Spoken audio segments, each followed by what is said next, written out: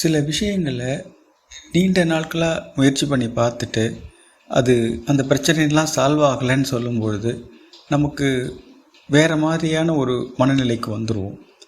இப்போ அதில் உதாரணமாக ஸ்ரீ கர்மயோகி அவர்கள் அருளம்புதம்ங்கிற புத்தகத்தில் உதாரணமாக எழுதியிருக்கிறது என்னென்னா, உடல் முழுக்க திட்டாக வெள்ளையாக இருக்குது, வைத்தியம்லாம் பண்ணி பார்த்துட்டேன், எதுவும் ஒர்க் அவுட் ஆகலை, இல்லை கடன் தீர்க்கவே முடியல, 12 வருஷமாக ஆயிடுச்சு, 12 வருஷமாக வசூலாகவே இல்லை கடன். இந்த மாதிரி நிறைய பிரச்சனைகள், தீராத பிரச்சனைகளாக நம்ம சொல்வோம்.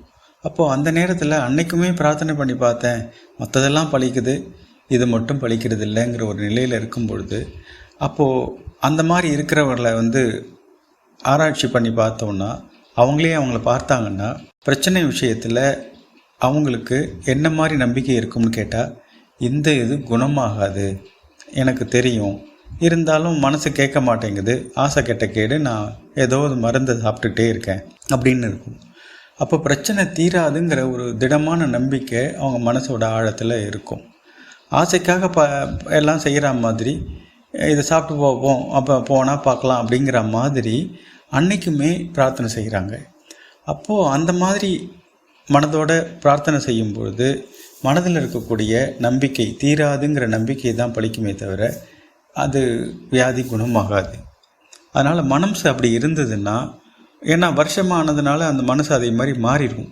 அதை மனதோடு நம்ம பேசி, நான் மதரோடைய பக்தர், எனக்கு இந்த பிரச்சனை நிச்சயமாக தீரும், அன்னை தீர்த்தருள்வாங்க.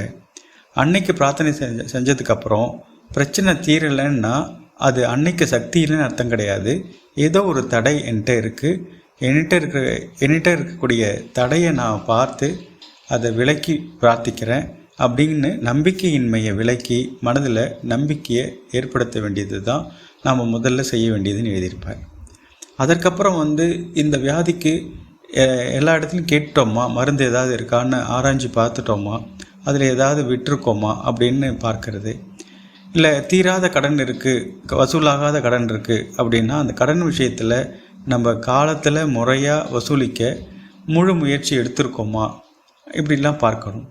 அதே மாதிரி இப்போ ப்ரமோஷனுக்காக 4 முறை பரீட்சை எழுதினேன், 4 முறையும் மொத்தம் 4 சான்ஸுமே போயிடுச்சு, இப்போ என்ன பண்ணுறதுன்னு தெரியலங்கும்போது அந்த பரீட்சையின் போது முறையாக படித்தோமா அப்படின்னு நாமளே கேட்டுக்கும்போது இந்த மாதிரியான கேள்விகள், நாம் செய்ய வேண்டியதை பாக்கியாக விட்டது, சரியாக செய்யாதது, அலட்சியமாக விட்டது நமக்கு தெரிய வரும்.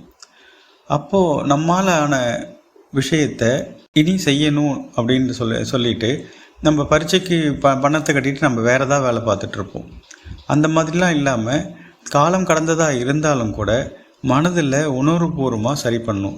அன்றைக்கி செய்ய தவறினதை இன்றைக்கி உணர்ந்து திறந்துடுறது, நம்ம இனிமேல் இப்படி இருக்கக்கூடாது அப்படின்ற மாதிரியான உணர்வளவில் திருந்தினோன்னா அது செயலால் தவறினது இன்றைக்கி அதே இந்த திருந்திய உணர்வுனால அது பூர்த்தியாகும். அது புது சட்டங்கள் வரலாம், புதிய வாய்ப்புகள் வரலாம். அப்போது அந்த மாதிரி ஆன தவறை இன்னி வரைக்கும் நம்ம இனிமே செய்யக்கூடாதுன்னு செய்துட்டு அப்போ திருப்பி பிரச்சனையை யோசித்து பார்த்தோன்னா அதில் ஒரு சொல்யூஷன் ஏற்படுத்தக்கூடிய உணர்வு தட்டுப்படும். அப்போ அந்த வழியெல்லாம் பயன்படுத்தி மேலும் மேலும் நம்ம அதில் ஈடுபட்டுக்கிட்டே இருந்தோன்னா நம்பிக்கை கொஞ்சம் வளர்றது தெரியும். சில நேரத்தில் தளர்றதும் உண்டு. அப்போது அந்த மாதிரியான நேரங்களில் கொஞ்சம் கொஞ்சமாக இருக்கக்கூடிய நம்பிக்கை அதிகரித்து நம்ம இது வரைக்கும் கேட்காத இடத்துலேருந்து ஒரு சொல்யூஷன் வர்றது, அந்த மாதிரியான விஷயங்கள் நடக்கும்போது அந்த கடைசி வரைக்கும் பிரச்சனை கிணத்துல போட்ட கல் மாதிரியே இருந்தாலும் கூட நம்மால் முடிஞ்சது செஞ்சதுக்கப்புறம் கொஞ்சம் இதுக்கு மேலே எதுவும் இல்லைங்கிற இடத்துல பார்த்தோன்னா அப்போ பிரச்சனை வழிவிடும்.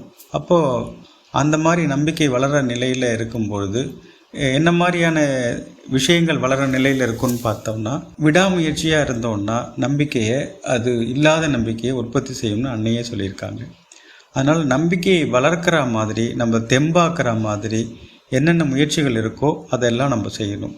எத்தனை நாளான பிரச்சனையாக இருந்தாலும் சரி, என்ன சிக்கலாக இருந்தாலும் சரி, எல்லாமே இதை எல்லாருமே கைவிட்டுட்டாங்கன்னா கூட நமக்கு மதர் மேலே நம்பிக்கை இருக்குது.